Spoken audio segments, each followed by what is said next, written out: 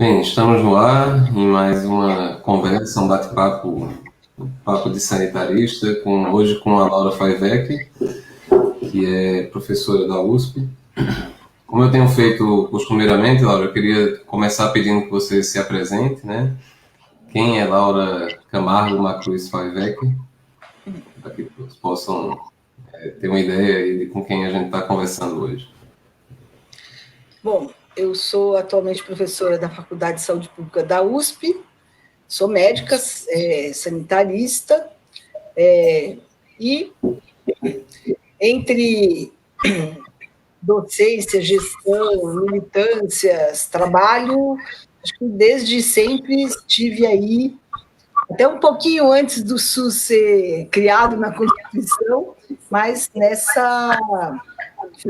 nessa luta para produzir a saúde como um direito, construir um jeito mais amplo da gente entender a saúde, pensando em modos de produzir cuidado que faça sentido para os usuários, reconhecendo que eles têm que ter um papel ativo nisso, enfim, pensando junto com muita gente em modos de produzir sentido também para os trabalhadores na construção do SUS e na produção da saúde, enfim, tenho estado bem ativa nesses, 30 anos de trabalho.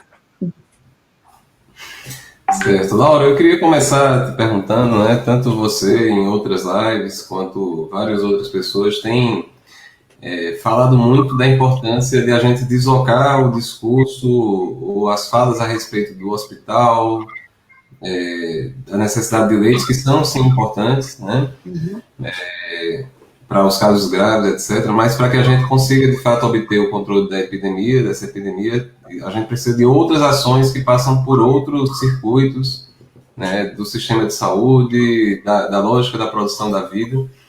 Então, eu queria começar te pedindo para você fazer um pouco um resgate disso, né, que você trabalhou em outras conversas aí que você teve por esses tempos, né, de pandemia de Covid. Bom, acho que, na verdade, o Brasil foi seguindo uma trilha, parece, que tem uma aprendizagem seletiva sobre a experiência de outros países. Eu não vou ficar falando sobre os outros países, mas vamos dizer que o que ganha destaque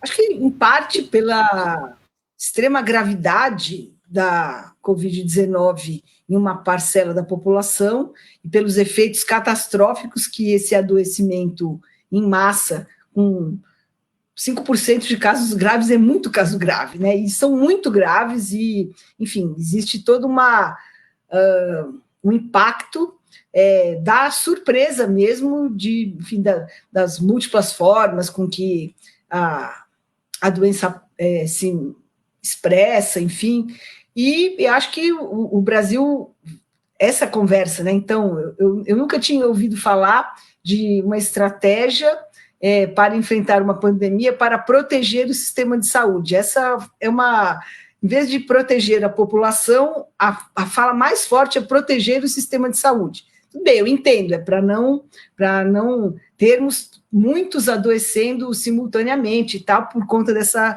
gravidade importante de uma parcela dos casos. Mas acho que esse impacto é muito forte, né?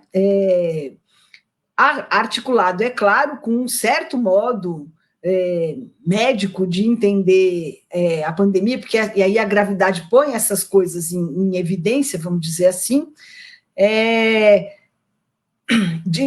desloca, parece, e aí não temos remédio, não temos vacina, os casos são graves, a única coisa que a gente pode fazer é fazer as pessoas ficarem doentes mais devagar, e aí o distanciamento ou o isolamento social como uma estratégia muito importante, articulada em uma parte pequena dos países com uma política agressiva de testagem, né? Então, é como se, além disso, não houvesse nada para fazer.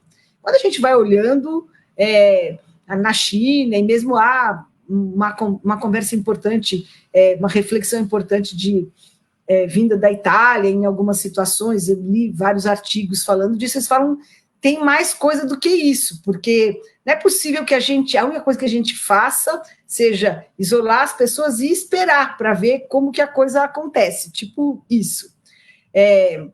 E aí eu acho que tem todo um trabalho, tudo bem, tem uma campanha de esclarecer, falar, fica em casa, e as medidas de higiene básicas, mas são providências, vamos dizer assim, praticamente iguais às que se adotaram na gripe espanhola em 1918, né? E eu acho que a gente tem uma história bem importante aqui no Brasil,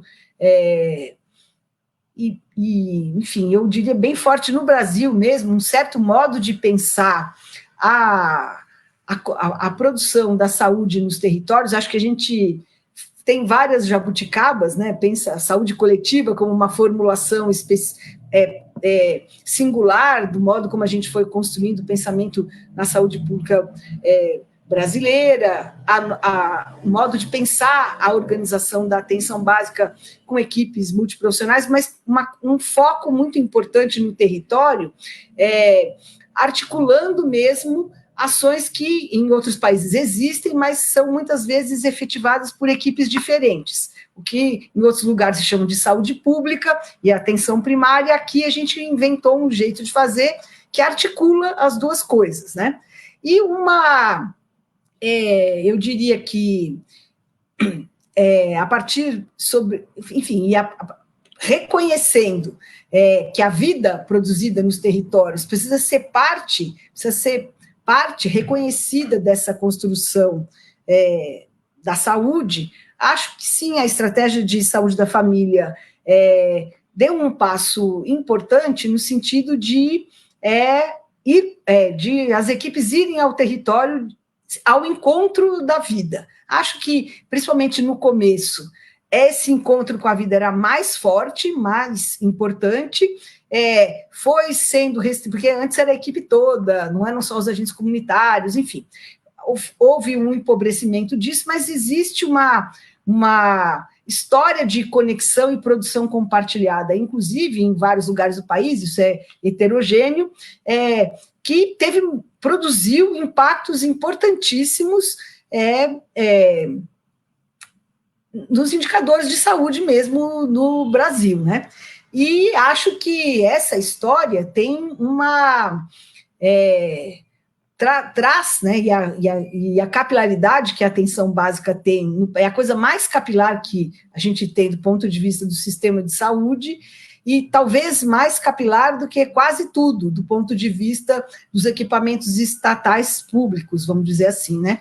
Então, está muito perto e está, inclusive pelo próprio processo de subfinanciamento e uma certa focalização que acabou existindo na expansão da saúde da família, justamente nos territórios onde existe mais pobreza material, vamos dizer assim, mais, enfim, o que a gente pode chamar de uma certa vulnerabilidade em certos aspectos, né?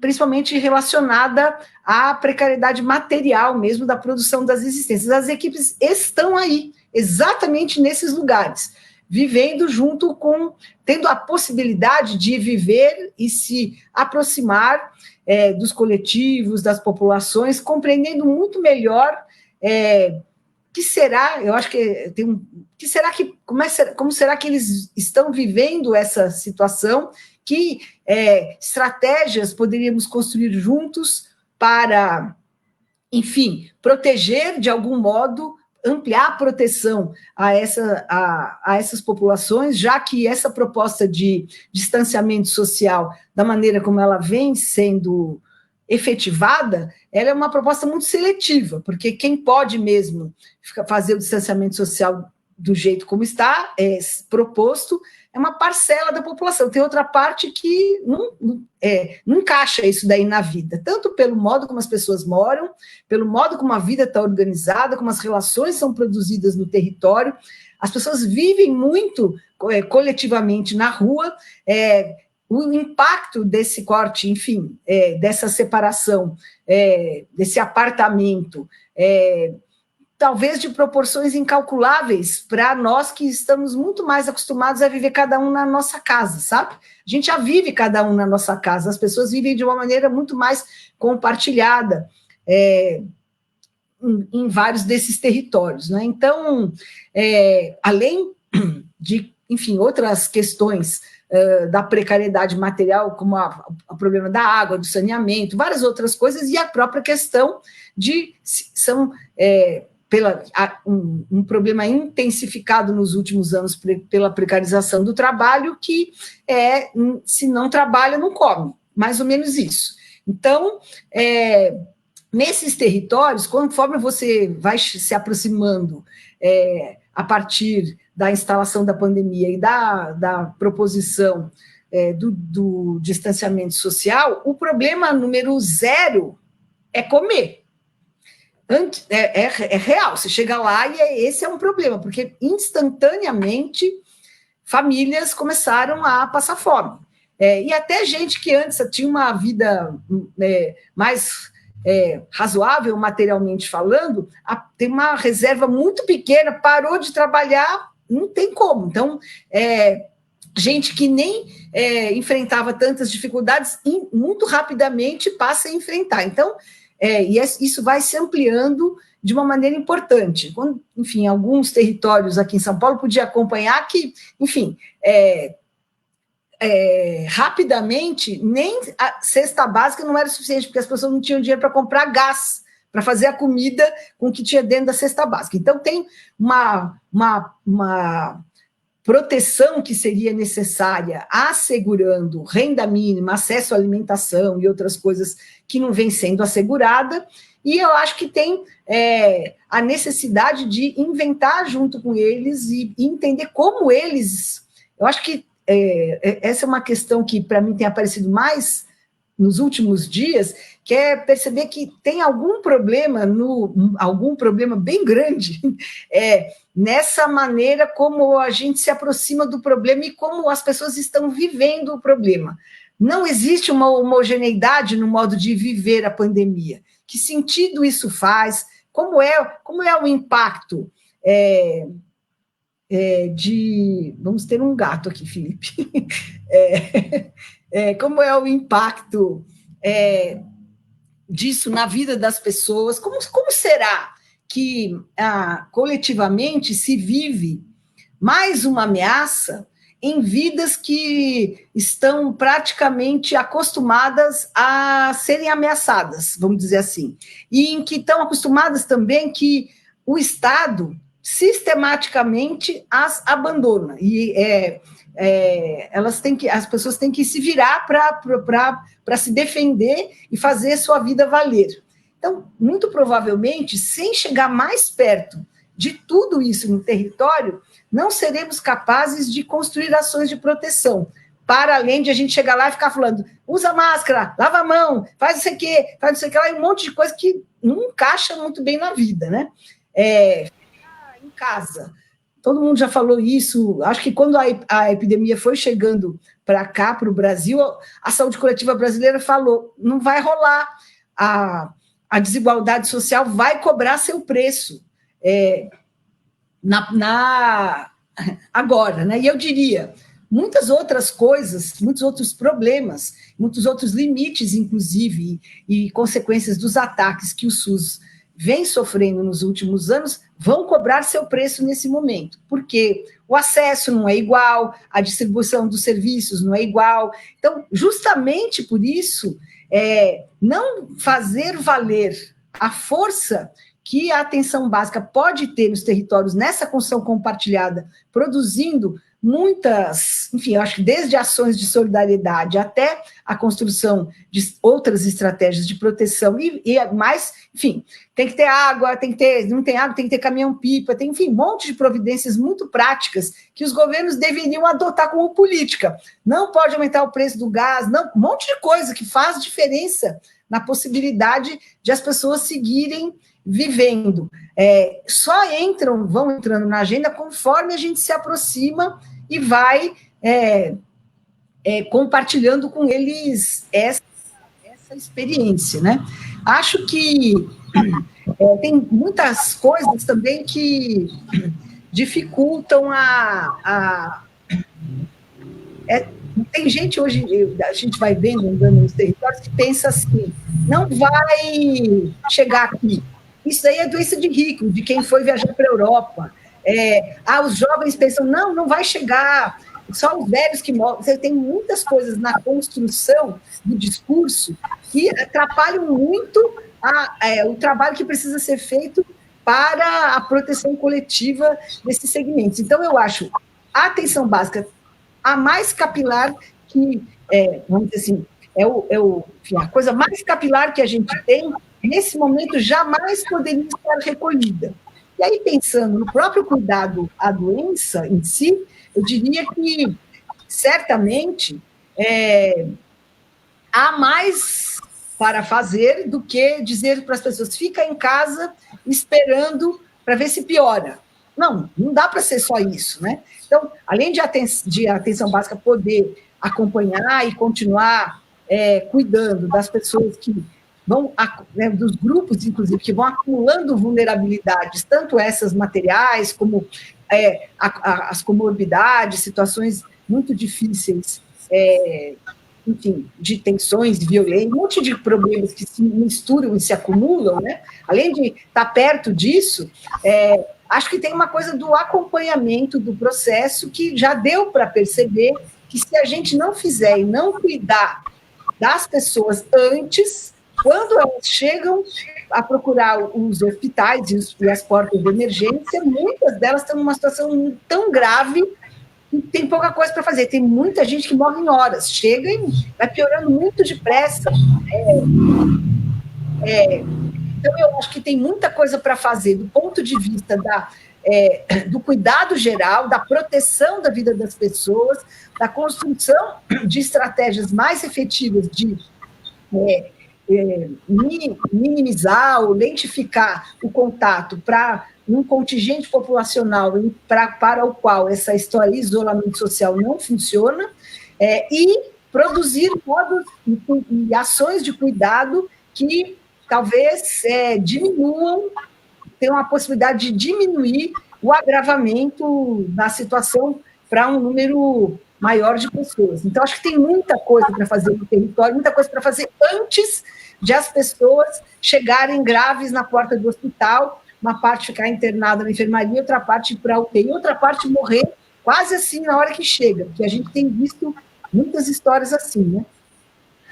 Então, Laura, isso é uma questão muito importante, né, de a gente ressaltar, porque existe uma certa ideia de que as comunidades pobres, as pessoas que não têm saneamento, que têm casas que, do ponto de vista estrutural, são eventualmente precárias quando comparadas com as casas da classe média, das pessoas mais abastadas e tudo mais, mas que há uma riqueza do ponto de vista da lógica como as pessoas se relacionam, né? Uhum.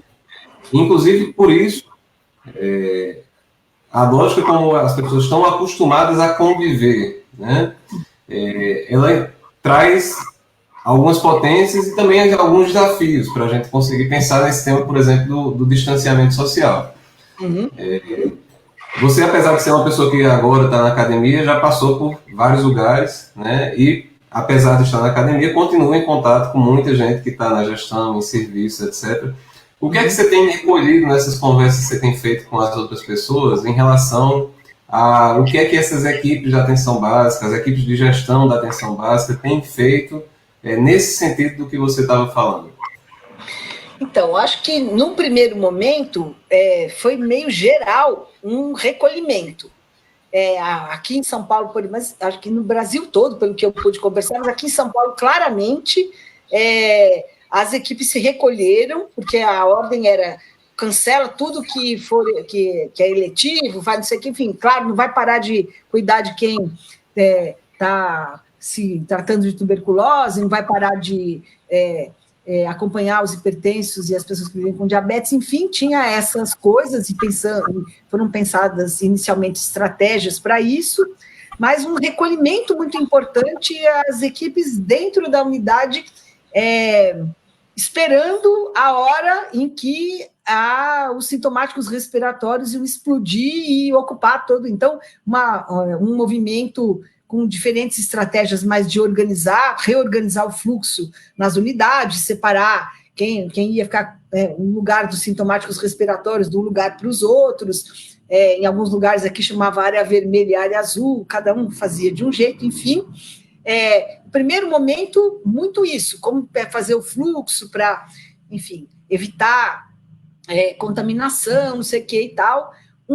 Eu acho que os trabalhadores, de um modo geral, ficaram muito assustados, tinham um medo mesmo, assim, em relação à epidemia, em função, inclusive, da escassez generalizada, né, de equipamentos de proteção individual, que também não foi uma exclusividade brasileira, e também é fruto desse processo de desindustrialização generalizada e concentração da produção num país só, né? Então, todo mundo compra da China, né? Agora que precisava, ninguém mais tinha, né?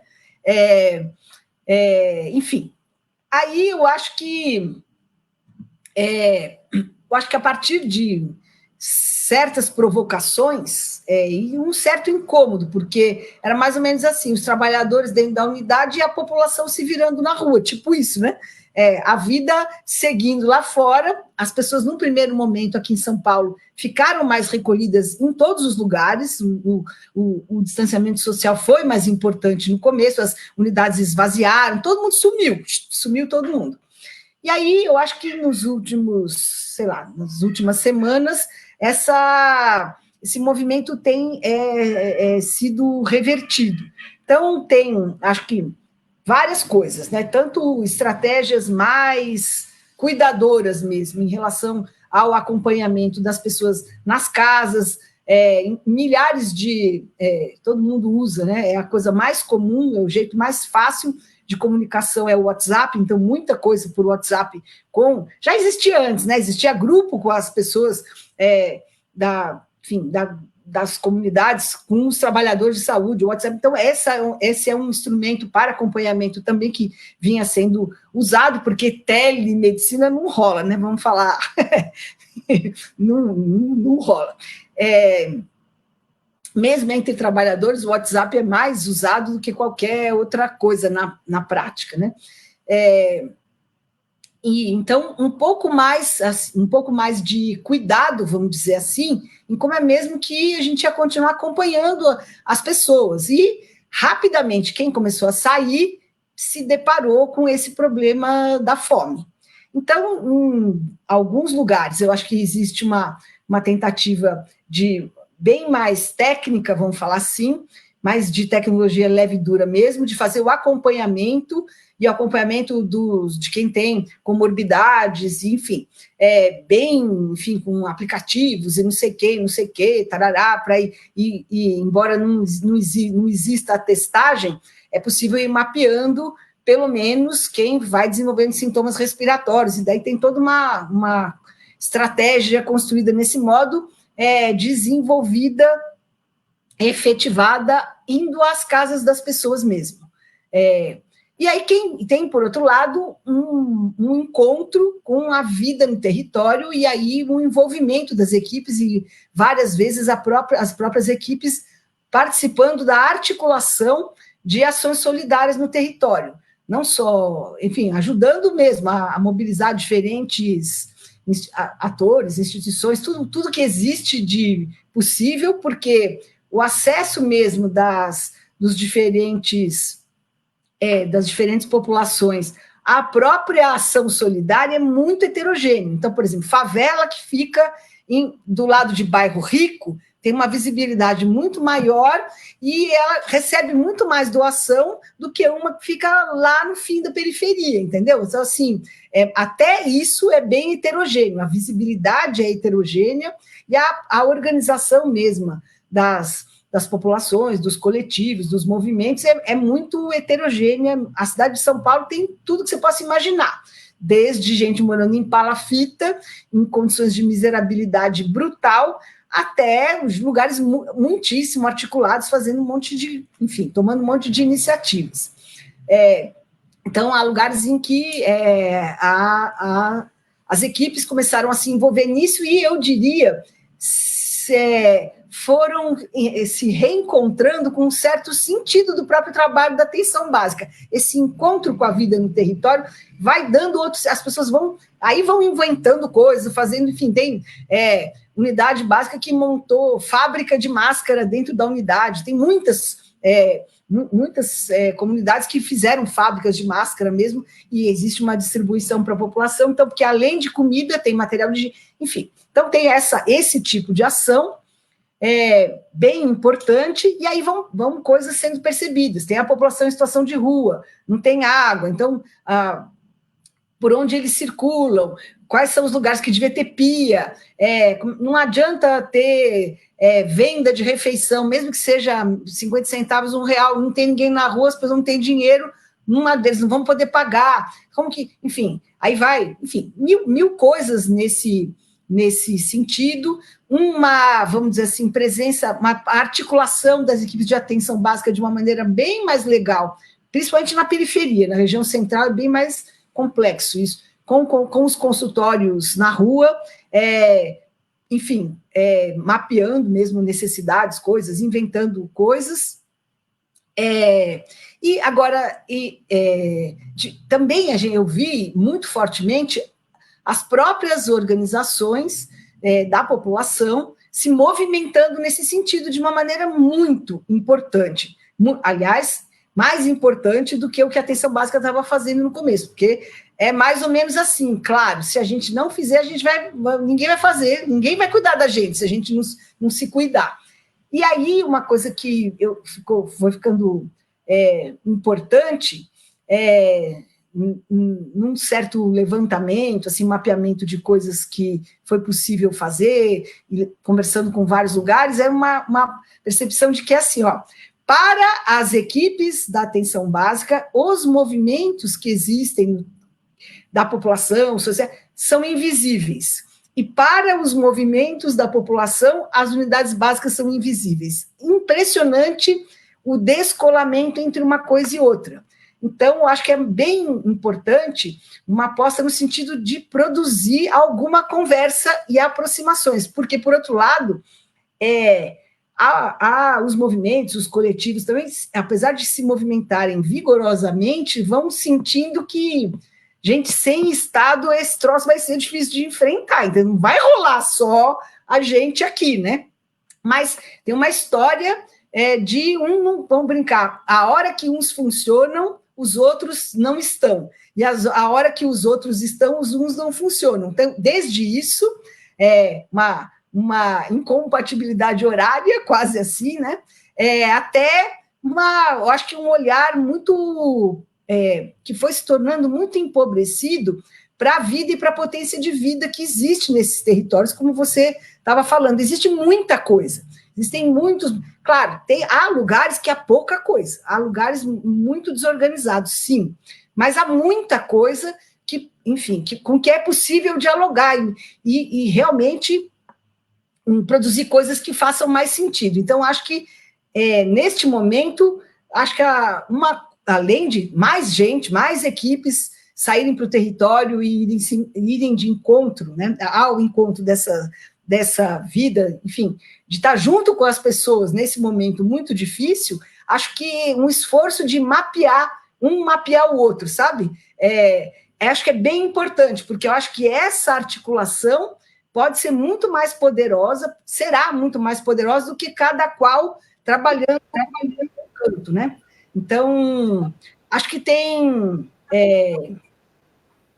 acho que as pessoas começaram a sair, as unidades saíram da letargia inicial, as equipes começaram a se movimentar e descobriram que não precisa, que bom, né, esperar alguém comandar, é bom eles irem mesmo tomando iniciativa. Então tem um reencontro com uma potência de, enfim, inventar o seu próprio trabalho, tomar iniciativas. Há lugares que a Secretaria de Saúde sumiu, os trabalhadores estão lá mesmo, né?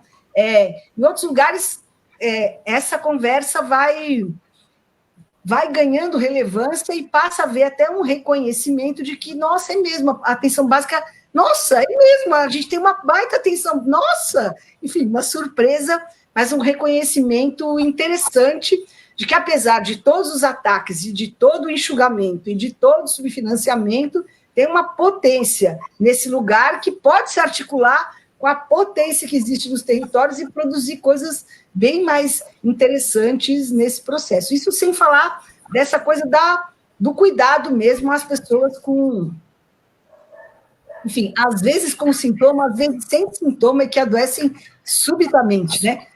Com a Covid-19. A gente tem tido, eu particularmente na minha unidade, tenho recebido muitas, mas muitas pessoas que vêm com o sintoma, que é um dos sintomas clássicos, né? Mas que em geral vem acompanhado de outros, que é a falta de ar e que em geral estão associados à crise de ansiedade, pessoas que nunca tiveram isso antes, inclusive, né? Mas isso que você chama a atenção é bem importante, né? Para a gente tentar entender, inclusive, como é que a atenção básica, essa institucionalidade, né, que é o tempo todo desafiada, transformada pelo que as equipes fazem, pelo que as equipes produzem, podem fortalecer de alguma forma ou se conectar a essas redes de solidariedade que estão no território, né, que se tecem no território, e ao mesmo tempo a própria atenção básica se fortalecer nesse processo. Né? Aí fazendo uma certa digressão, tem uma certa matriz da medicina de família e comunidade que fala de forma quase um megafone de que os médicos de família precisam estar onde as pessoas sabem que vão encontrá-los, né? Que seria onde o ambulatório, na unidade de saúde. E eu acho que isso deixa muito evidente como a gente precisa sair dessa lógica. Né? Não são só os ACS que precisam fazer trabalho de território, não são só os técnicos de enfermagem, somos todos nós, inclusive pelo papel que os médicos têm na sociedade. Né? É diferente quando as pessoas veem, não estou falando que o médico é mais importante em relação aos outros profissionais da equipe, mas é óbvio que do ponto de vista da lógica, do estado social, etc., os médicos são enxergados de uma forma diferente pela população. E quando o médico sai da unidade, vai para o território, bate na casa das pessoas, anda nas ruas, isso é diferente. Né? Eu acho que isso fortalece a própria equipe, o trabalho da equipe como um todo, quando a equipe consegue fazer isso de uma forma conjunta. Saindo um pouco desse assunto, para voltar para ele daqui a pouco, Laura, a gente estava conversando antes de entrar, né, em relação a essa mudança do ministério que teve. Você é uma pessoa que trabalha, ou já trabalhou como consultora durante muito tempo, de diferentes gestões, seja do governo federal, seja de governos municipais, estaduais, já esteve no governo federal, no Ministério da Saúde, né?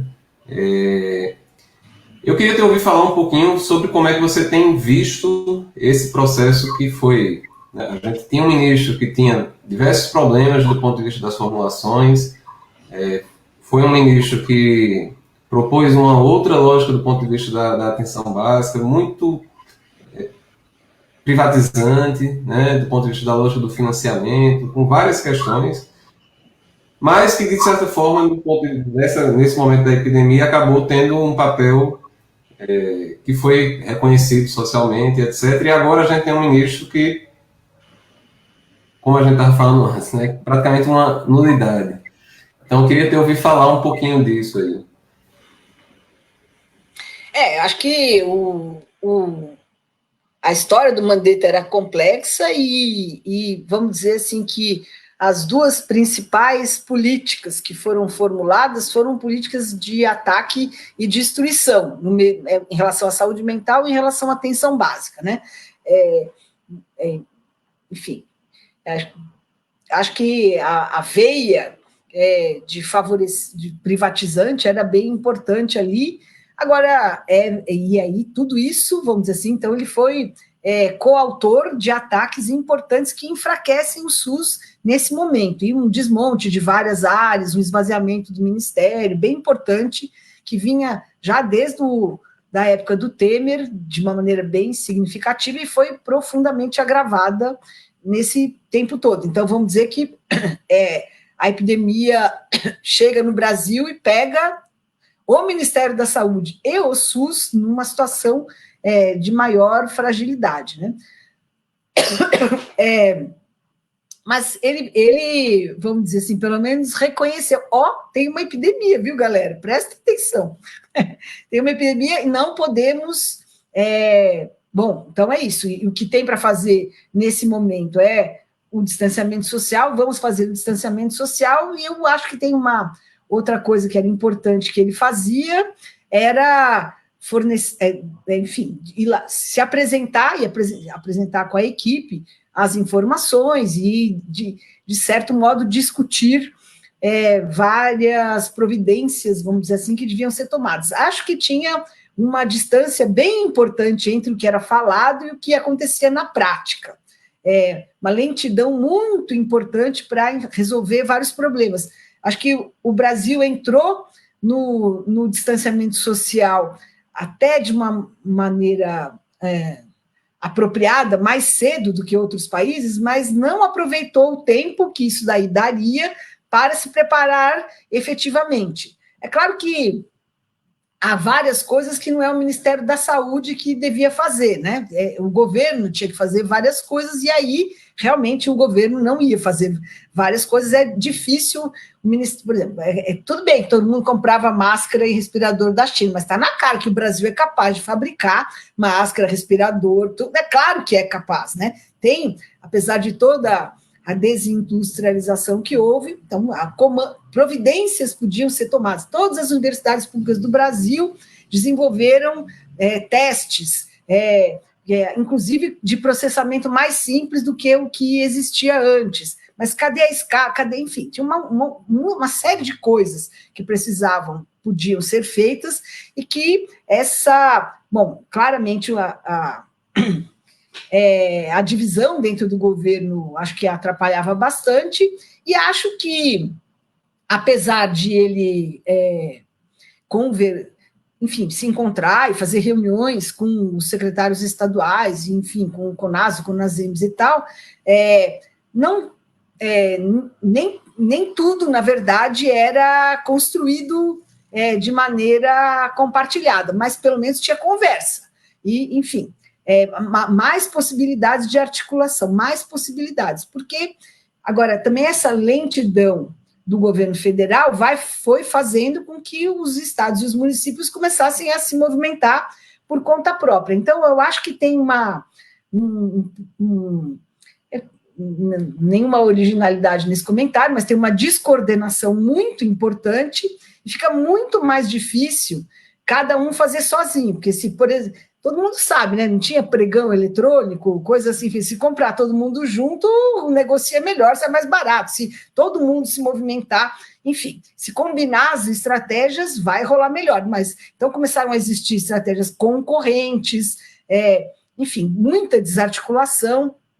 Acho que, nesse sentido, o Nordeste faz um movimento interessante a partir daquele consórcio para tentar construir estratégias comuns, que não ganham nenhuma visibilidade na mídia. A mídia só conta o Ministério da Saúde e o governo de São Paulo, basicamente é isso, e o Rio de Janeiro. O resto nem aparece, é só quando começa a acontecer um desastre, né? Então, acho que essa descoordenação importante comprometeu, e vem comprometendo, a produção de respostas, mas é visível a diferença para pior de ter um ministro que se subordina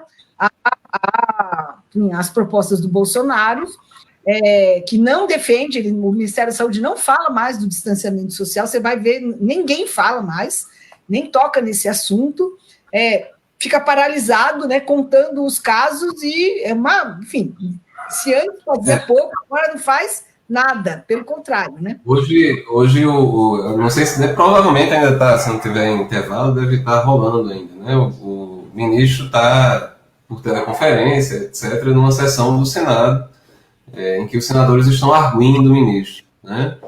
E lá pela terceira rodada, e por incrível que pareça, foi o Tasso Gereissati que colocou o ministro na parede e perguntou, né? Suas falas estão incongruentes, insuficientes, você não está sendo claro em relação à questão do distanciamento social, você está escorregando. E aí foi quando o ministro falou, o Ministério nunca mudou a recomendação. Mas ele também nunca se posicionou fortemente. O Mandetta, bem ou mal, falava para a população diretamente: fique em casa, é importante, né? A gente vai passar por um processo que é difícil. Eu acho que, bem ou mal, o SUS estava aparecendo ali de uma forma bem evidente, né?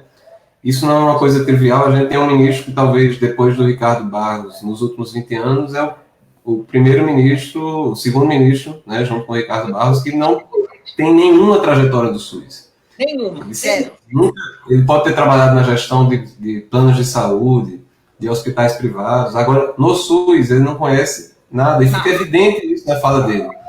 Tanto é que ele transfere para o general responder. Também não entende nada de SUS. Questões de respostas, etc. Para que as pessoas possam entender, Laura, qual que é o papel, por exemplo, de uma secretaria executiva do Ministério da Saúde, que é onde o general está, por exemplo? A secretaria é executiva, justamente. E vamos dizer assim, é que há, vamos dizer assim, equipes ministeriais que trabalham de modo mais articulado e equipes ministeriais que trabalham de modo menos articulado. Então, as decisões, umas vezes, são mais colegiadas, menos colegiadas, enfim, depende dos projetos políticos e tal. E o secretário executivo é o cara que toca a máquina, principalmente do ponto de vista da execução, das transferências de recursos, de não sei, ele é o cara que vai fazer essa operação, não é o cara, supostamente, quem vai construir estratégia. Na verdade, quem vai construir estratégia é o resto o ministro e o resto, toda a equipe do ministério, cada qual tocando partes do processo, né? Mas, então, vamos dizer, enfim, tanto o ministro como o secretário executivo têm um papel bem importante nessa construção da articulação interfederativa, assim como outras secretarias do Ministério também, né? Mas é isso, tem uma máquina, é que existe uma subestimação muito importante do volume de coisas que o Ministério da Saúde precisa processar e fazer para, pelo menos, transferir os recursos que são necessários para estados e municípios efetivarem as ações. Sem fazer isso, enfim, o que é isso tem ficado muito lentificado, vamos dizer assim, a parte, vamos dizer assim, pelo menos do cofinanciamento do Ministério da Saúde, o apoio a estados e municípios na mobilização de determinadas ações fica muito comprometida. Nos últimos anos, já depois da PEC da morte, da EC 95, o papel, né, o financiamento federal vem encolhendo de modo bem importante. Os estados, vários deles, por exemplo, São Paulo fez isso, também congelou, tipo, a mesma coisa que a EC 95.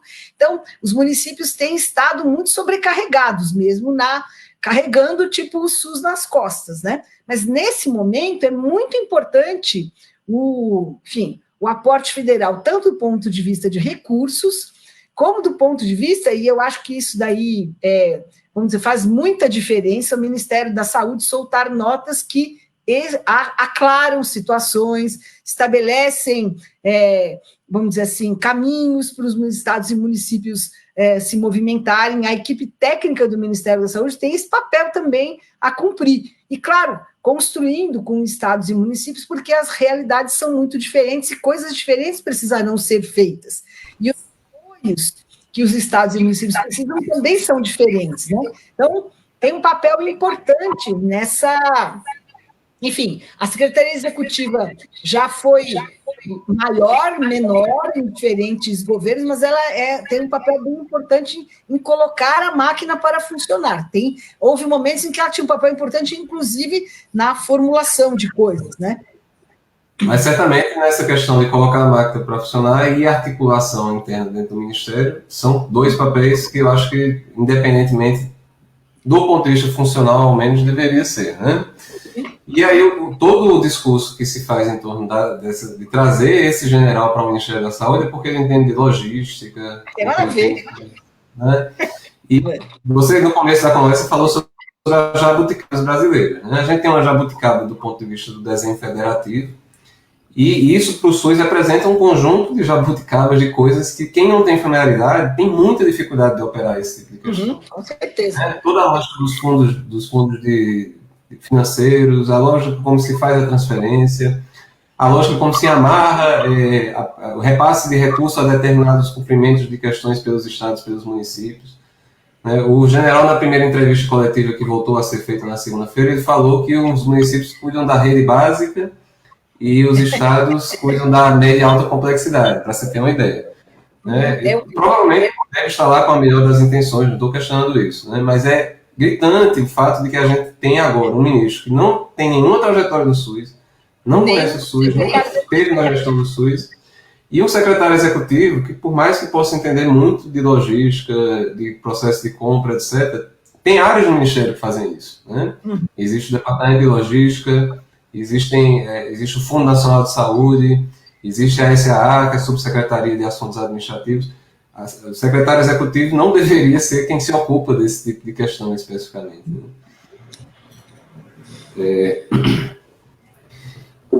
Laura, e veja, a gente teve essa semana, começamos a ter uma quantidade de casos de mortes notificadas. É óbvio que essas mortes nem sempre, aliás, não são das últimas 24 horas, como se costuma falar. Nas últimas 24 horas foram registrados, ou seja, tem mortes que aconteceram há mais de um mês atrás e que agora estão sendo confirmadas como mortes por Covid. E no resto do mundo a gente tem em alguns lugares uma redução dessa quantidade de mortes e aqui no Brasil a gente tem um crescimento disso. Ao mesmo tempo, o ministro tem falado que a gente precisa ter mais informação para tomar decisão e ele sempre fala de coisas no futuro. Todas as projeções apontam que aí, no próximo mês, a gente vai ter um pico de casos no país. É óbvio que essas previsões têm muito grau de incerteza, um grau de incerteza muito alto, mas como é que você tem vislumbrado, o que é que você tem, olhando para esse futuro próximo, como é que você tem visto esse processo em relação ao aumento do número de casos, aumento do número de mortes? Eu acho que as pessoas, de fato, cansaram do distanciamento social, sem o apoio do Estado, com um presidente que fica o tempo todo criando celeuma em torno disso, que desestimula as pessoas a fazerem isso. Pelo contrário, essas passeatas e etc. que a gente tem visto. Como é que você enxerga esse futuro próximo nosso aí no Brasil? Eu acho que é bem ruim, que a gente vai viver bem ruim, porque, por exemplo, aqui em São Paulo, claramente, a epidemia começou na região central da cidade, realmente veio com as pessoas que viajaram para o exterior, e foi, enfim, acho que... e foi se expandindo e agora chegou na periferia. Enfim, ela vinha chegando, mas agora ela chegou. Realmente, o número de pessoas com sintomas, adoecendo, está aumentando e de uma maneira importante, a procura do serviço aumentando de maneira importante, e toda a preparação que foi feita, ela exigiria ainda um crescimento mais lento do que o que está acontecendo. Então, eu acho que, como você falou, o distanciamento social está enfraquecido. Aqui no estado de São Paulo, claramente, 48% da população está mantendo ainda, sustentando o distanciamento social, e eu diria que a outra parte é dividida em 3 partes: os que são contra mesmo, os que não têm jeito, e os que, não sabem o que fazer mais com esse. Tem os que têm que trabalhar mesmo, enfim, e tem outra parte que, sem apoio, sem outras medidas, não tem mais como sustentar isso, Enfim, acho que é a pior cena possível, porque o aumento da circulação, você vê, a Alemanha deu uma relaxada no distanciamento social, já aumentou, o número de casos voltou a aumentar, e inclusive o número de casos graves, E aqui, claramente isso, a velocidade de crescimento vai aumentando conforme o distanciamento social diminui.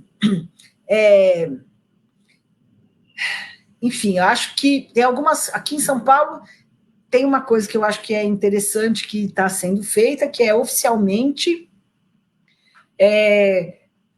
enfim, um caso leve, que não melhore em 4 dias, ou que fique, enfim, continue, não melhore, está começando a ser internado nos hospitais de campanha que foram construídos, com a expectativa de que, cuidando mais dessas pessoas, talvez a gente evite que tanto se agravem de maneira tão brutal como vem acontecendo. Eu acho essa uma coisa importante, porque até então, realmente as pessoas eram orientadas a ficar em casa e voltar só quando tivesse falta de ar.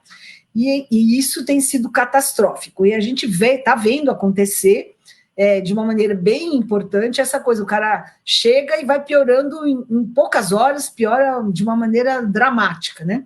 Então, as UTIs, quase tudo que foi, a capacidade que foi ampliada, já está 80% ocupada, 75%, 80%, e vai ter que... Então, coisas vão ter que acontecer, inclusive, então, acho que do ponto de vista do cuidado às pessoas antes do agravamento, e hoje, na entrevista coletiva que diariamente o governo estadual e o governo municipal dão, eles já anunciaram que sim,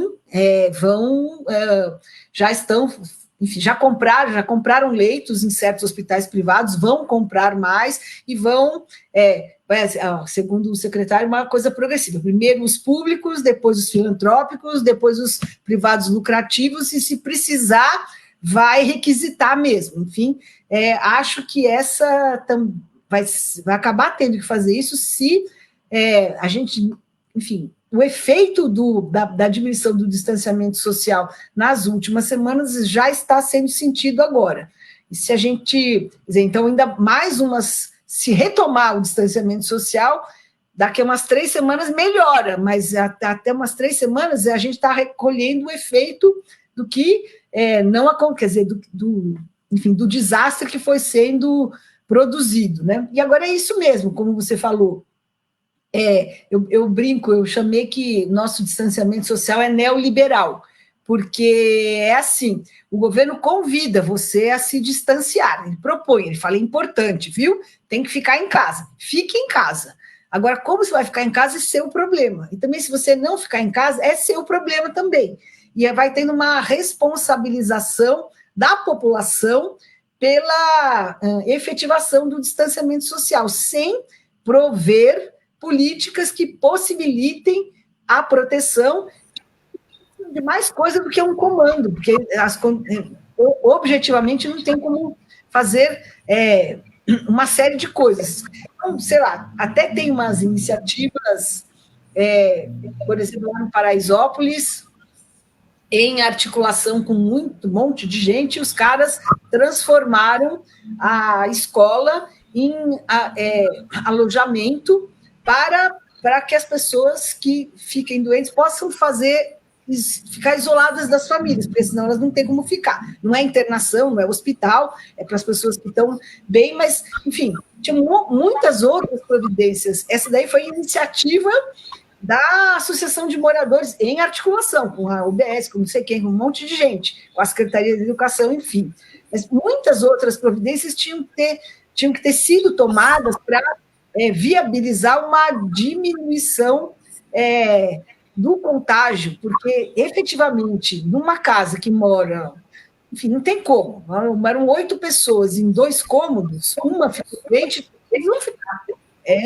E isso aí vai explosivamente acontecendo, né? Hoje eu estava lendo que o Brasil é um dos lugares com maior taxa de contágio, né? Aquele R lá, nossa, é muito alto, né?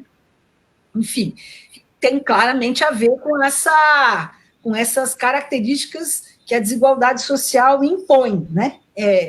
Enfim, então eu imagino, infelizmente, cenas muito dramáticas, e se nada for feito, se continuar como está, é um desastre de proporções incalculáveis, assim. Eu acho que foi um estudo do Imperial College, né, que mostrou isso, que a gente tem uma das taxas de contágio R mais mais elevados, e olha que a gente está, né, ainda no momento razoavelmente inicial, colhendo frutos desse distanciamento social que aconteceu exatamente. Na segunda quinzena de março, eu acho que para uma parte do país. E como não tem uma diretriz clara nacionalmente, né, porque o ministro tem falado e repetido que a gente não tem informação, que por isso a gente vai avaliar dia a dia, tá, mas hoje, qual que é a decisão para hoje? O que é que vai se fazer para hoje?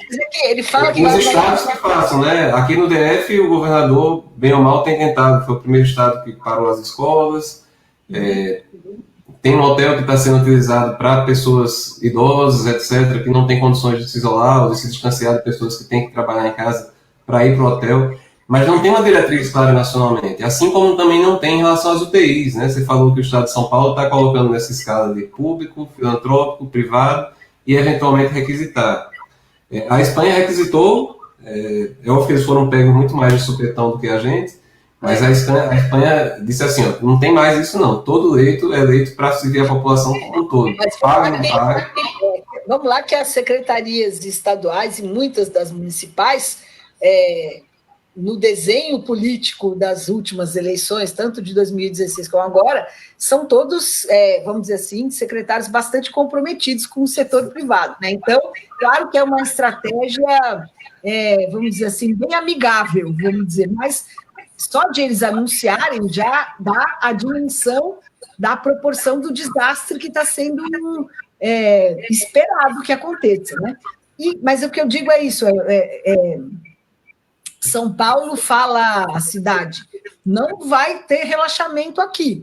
Mas o que você vai fazer para poder ter distanciamento social de verdade? Só dizer que não vai ter relaxamento já está claro que não adianta, né? Então, os governos teriam que adotar medidas muito mais efetivas. Acho que a expectativa de ter coordenação nacional, esquece, Felipe, mas não vai ter. Mas acho que os estados podiam, né, se articular mais entre si, né? Enfim, mas não é bem do perfil, vamos dizer, né? Tem muitas variáveis, muita gente disputando aparecer, enfim, tem muitos outros projetos políticos atravessados no enfrentamento da pandemia, né? Então, isso também dificulta a articulação, enfim, mesmo se você for ver a relação das secretarias estaduais com os municípios, ela não tem sido de articulação, ela tem sido muito vertical. Aí os municípios vão se virando também. Então, infelizmente, o que a gente está vendo, é um salve-se quem puder. Todo mundo se virando, uns até se articulando, porque se não se articular, não tem jeito, vamos falar que os municípios menores é como a população dos territórios periféricos. Ou se vira ou dançou. Então, os municípios também, ou se viram e se articulam, ou dançam. Enfim, mas é muito ruim, porque é uma desarticulação profunda. E aí vai isso. Então, vou relaxar. Como assim? Lá em Blumenau, eles abriram as lojas,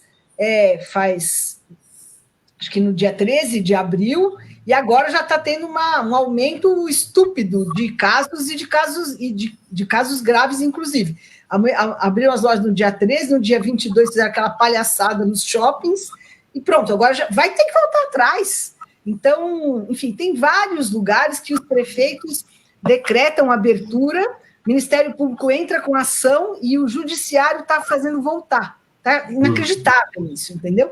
É uma confusão imperdoável num momento tão difícil como esse, né? Eu não vejo, assim, dá para fazer muita coisa, mas é tudo muito confuso, né?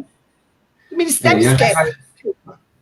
A gente vai ter que aprender e, em algum momento, essa lógica vai ter que ser revista ou rearticulada, né? Porque essa pandemia, com certeza, vai durar ainda um bom tempo. A gente vai precisar conviver com ela um bom tempo. A gente vai ter momentos de maior fechamento, de maior abertura.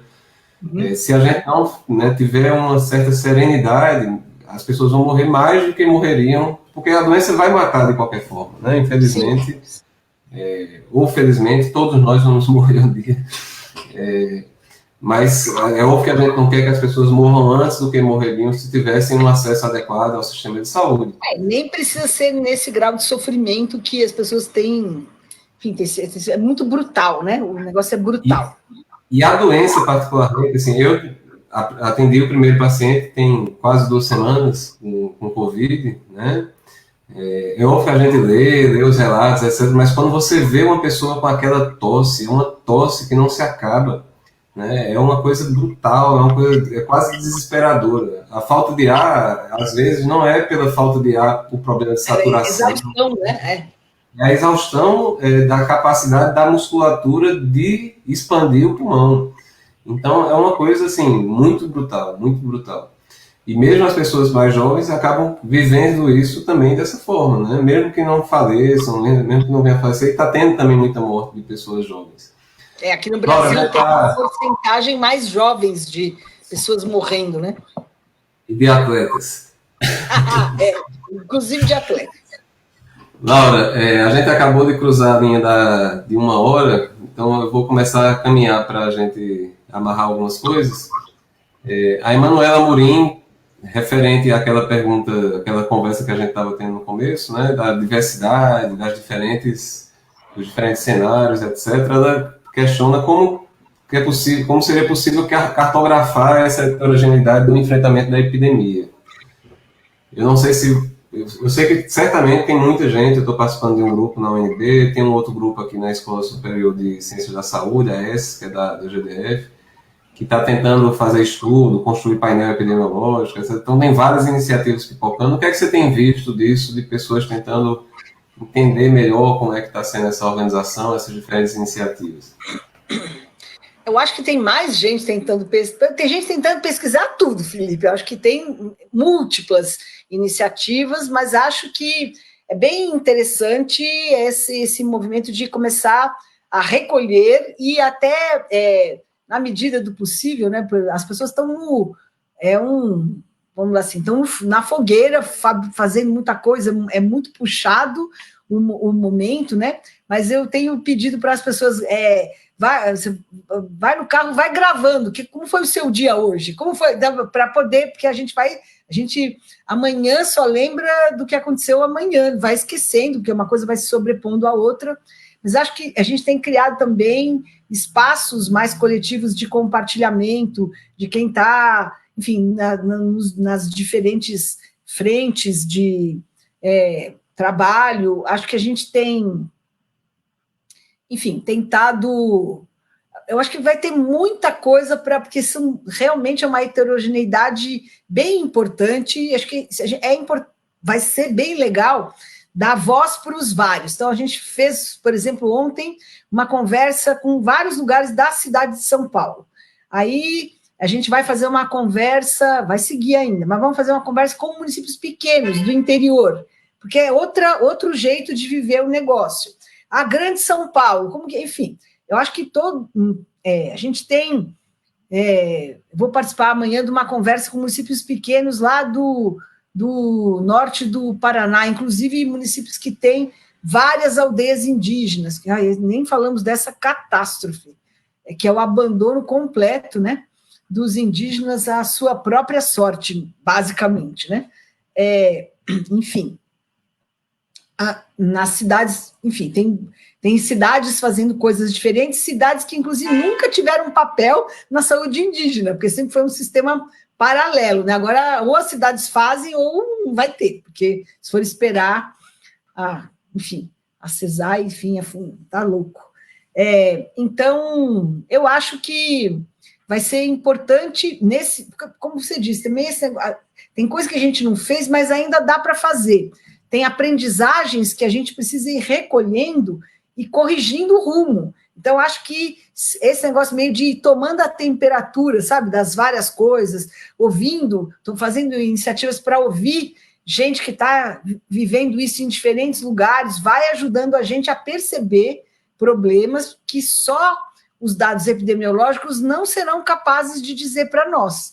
Eles são super importantes, são fundamentais, mas não serão suficientes para dar a ideia de toda a dinâmica que está envolvida nesse processo, né? Acho que a gente não falou disso, mas acho que vai se ampliando lentamente a capacidade de testar pelo menos os trabalhadores da saúde, por favor, né? Mas isso daí talvez ajude um pouquinho enfim, produzir alguns movimentos, mas o negócio está numa proporção e tem esses modos de viver e de organizar as cidades no Brasil sob a marca da desigualdade brutal, quase tornam, enfim, a não ser que você realmente promova lugar para isolar, lugar para proteger, lugar para ativamente marcar, vamos dizer assim, todas as estratégias, porque a Coreia do Sul não só testou, né, ela testou e promoveu o isolamento, né? Enfim, sem promover o isolamento, só testar não adianta, só falam de testar, né? Enfim, acho que a gente pode... promover não é só mandar isolar, né? É dar condições. Promover é ativo, né? É uma coisa ativa, né? Precisa de políticas para isso, né? Providências para isso. Enfim. Então, eu acho que tem muitos jeitos, acho, de ir produzindo essas escutas. E aí eu acho que, ao mesmo tempo que a gente vai ajudando as pessoas a pensarem, criar espaços assim também vão... Por exemplo, ontem foi bem interessante. Vários lugares da cidade de São Paulo conversando, muitos, enfim, um vai trocando ideia com o outro, não sei o quê, enfim, várias perguntas, questões que a gente foi colocando, eles não tinham pensado no assunto, vai produzindo conexões, a gente tem contato com não sei quem, vocês têm, enfim, produzindo esses cruzamentos. Eu acho que não tem um cartografar sem estar metido no jogo e ajudando a jogar o jogo. Não tem como só ficar olhando, tem que ser parte do jogo. É assim que dá para cartografar, né? Junto e misturado. Exatamente. O Tiago pergunta se a gente tem alguma informação epidemiológica sobre a questão do pico da pandemia no Brasil. Bom, a gente vem fazendo tudo muito no escuro, né? Porque a quantidade de... Enfim, a informação que a gente tem é muito limitada, tem muitas informações indiretas que dão para perceber, enfim, tem vários estudos, enfim, que se você for ver só a quantidade de internações por sintomáticos respiratórios desde fevereiro para cá, enfim, é muito maior do que nos anos anteriores, com coisas, enfim, dá para ter uma ideia de que o negócio é muito maior, já vem vindo muito maior do que os números dizem, e os números já são grandes, que agora a gente já está com números grandes, mesmo tendo uma testagem muito limitada, né? É bem parecido com a Itália. Enfim, a Itália também só testou grave, a Itália também não sabia, enfim, foi um desastre e a gente vai produzindo um parecido. Enfim, eu acho que os dados que existem fazem a gente pensar que nas próximas 4 semanas a gente vai enfrentar... Mas eu não sei, eu falo assim, não sei se é o pico, porque olha só, a gente tem como, por exemplo, os Estados Unidos, como a epidemia começou, enfim, vamos dizer assim, começou pelos aeroportos internacionais, aqui eram 2 principais, São Paulo e o Rio, e um casamento em Trancoso, um negócio, enfim, umas coisas assim, né? Os Estados Unidos, por exemplo, têm aeroportos internacionais em todos os estados, então eles têm como que 50 e tantas epidemias correndo em paralelo, mais fortes em uns lugares do que em outros. A gente não tem essa simultaneidade, mas a gente tem epidemia correndo em ritmos diferentes. Então, por exemplo, aqui em São Paulo, você começou do centro à periferia, vai ter uma explosão na periferia que não tem comparação com o que foi no centro. Tem também um movimento de interiorização da epidemia. Então, eu acho que a gente tem vários movimentos epidêmicos correndo em paralelo, com velocidades diferentes. É claro que nas grandes cidades está concentrada a maior parte da população, onde tem, enfim, 40% da população, pelo menos, está nas cidades onde já tem casos, e os aglomerados são maiores nas cidades do que na zona rural, mas tem também uma circulação muito importante, enfim. Então, eu acho que a gente não sabe, sinceramente. Eu acho que vai piorar muito nas próximas semanas, mas eu acho que a gente não sabe, porque tem várias epidemias correndo. Assim, elas não são simultâneas, mas em paralelo, né? Eu acho que de tudo que o ministro falou, talvez essa seja uma das poucas coisas que eu concordo com ele. Se alguém disser que sabe quando é que vai ser o pico, está chutando ou está mentindo. Né? De fato, não dá. Assim, provavelmente o pico no Brasil, como país, deve acompanhar o pico nessas grandes cidades, né? Mas essa questão, talvez hoje, tirando alguns poucos interiores de alguns estados com características muito específicas, a epidemia já está instalada. Né? Uhum. Lá em Patos, no interiorzão da Paraíba, do sertão, lá onde eu cresci, por exemplo, já teve casos de morte há mais de 15 dias, por exemplo. Então, isso é uma coisa que está disseminada. Laura, uma última pergunta, e aí já saindo um pouco do assunto Brasil e voltando para o mundo. A China agora já tem um tempo que está sem notificar casos novos autóctones, né? Tem casos que vêm, casos importados, etc., mas casos que são casos de transmissão local, apesar de ter sido instalada transmissão comunitária lá, etc., como é que você enxerga essa questão da China? Assim, eu, particularmente, fico muito intrigado com... ok, se tivesse um R muito pequeno, se tivesse um grau de transmissibilidade muito pequeno, agora ter transmissão zero num país daquele tamanho, com agregados populacionais como tem, etc., isso é uma das coisas que tem me intrigado. Eu sei que você não tem uma resposta para isso, mas eu queria te ouvir um pouco. É bem, enfim, inclusive isso era uma coisa que os dados da China ajudaram a confundir um pouco, vamos dizer assim, o conhecimento que a gente imaginava. Eu, pelo menos, ficava olhando e falava assim, tudo bem, eles fizeram um isolamento, mas, nossa, a cidade de Wuhan, lá sei como fala o nome, tem 12 milhões de habitantes e teve 80 mil casos. Como assim? Enfim, então, realmente, os outros lugares, inclusive a Coreia do Sul, Singapura, quando voltaram, os casos voltaram. O Japão voltou. Então, é estranho. Eu acho estranho.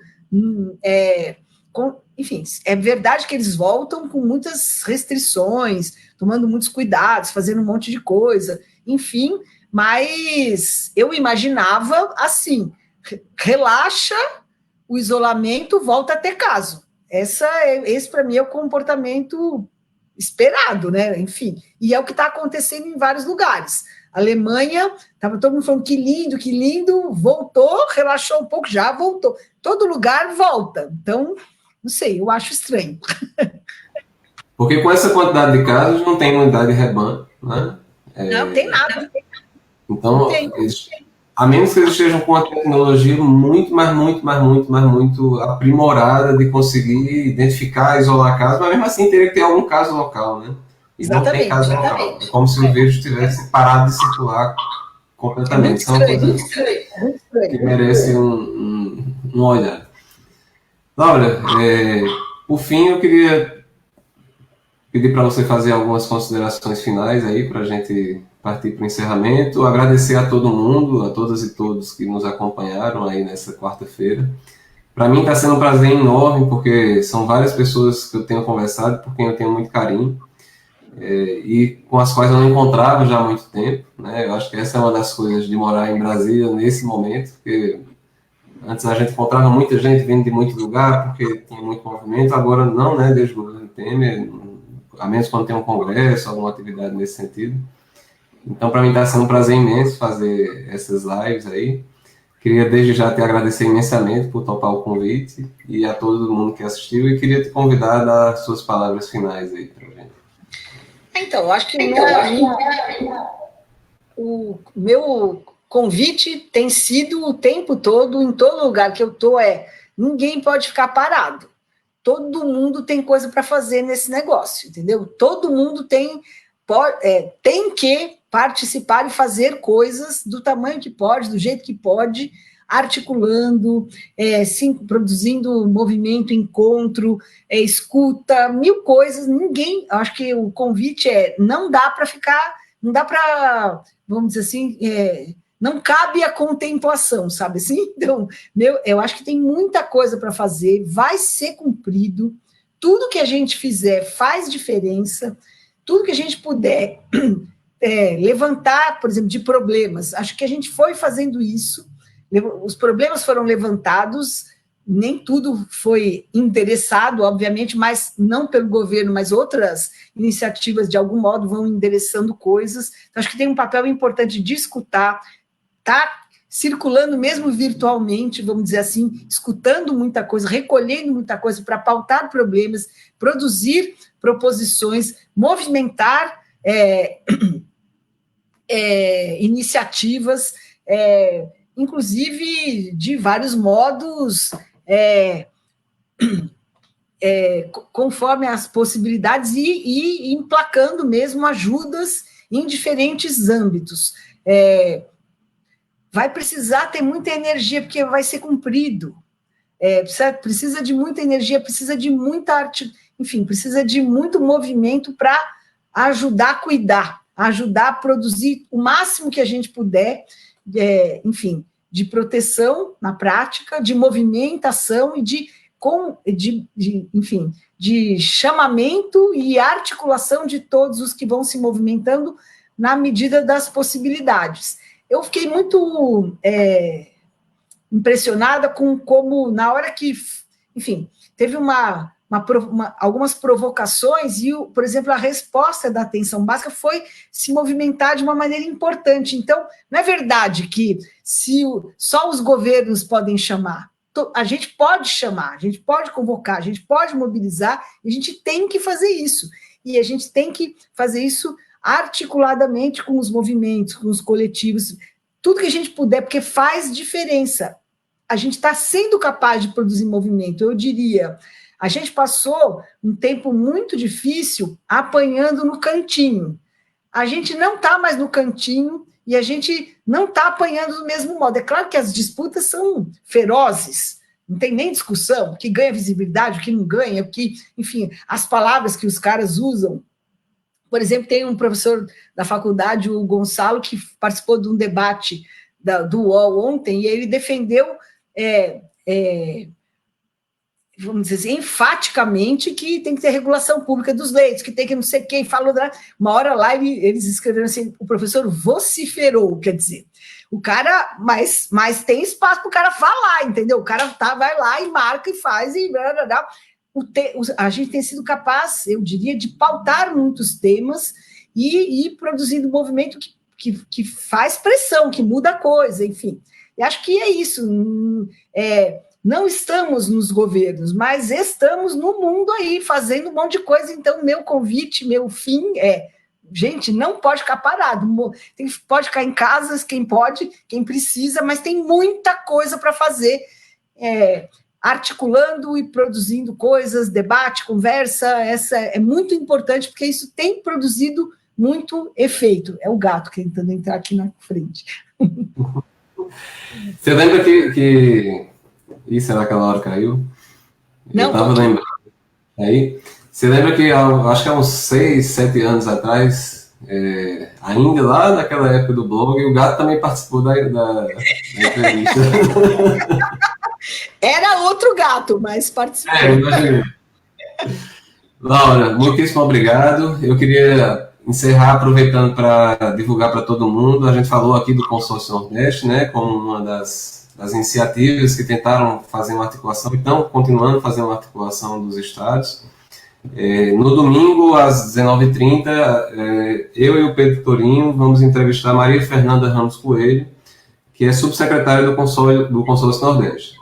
Então, vai ser uma oportunidade aí para a gente conhecer um pouquinho mais do que está sendo feito no âmbito dessa iniciativa e, enfim, bater um papo aí como a gente bateu hoje. Muito obrigado, Laura, novamente. Muito obrigado a todas e todos que nos assistiram e até a próxima. Até. Obrigado, Felipe. Valeu. Tchau.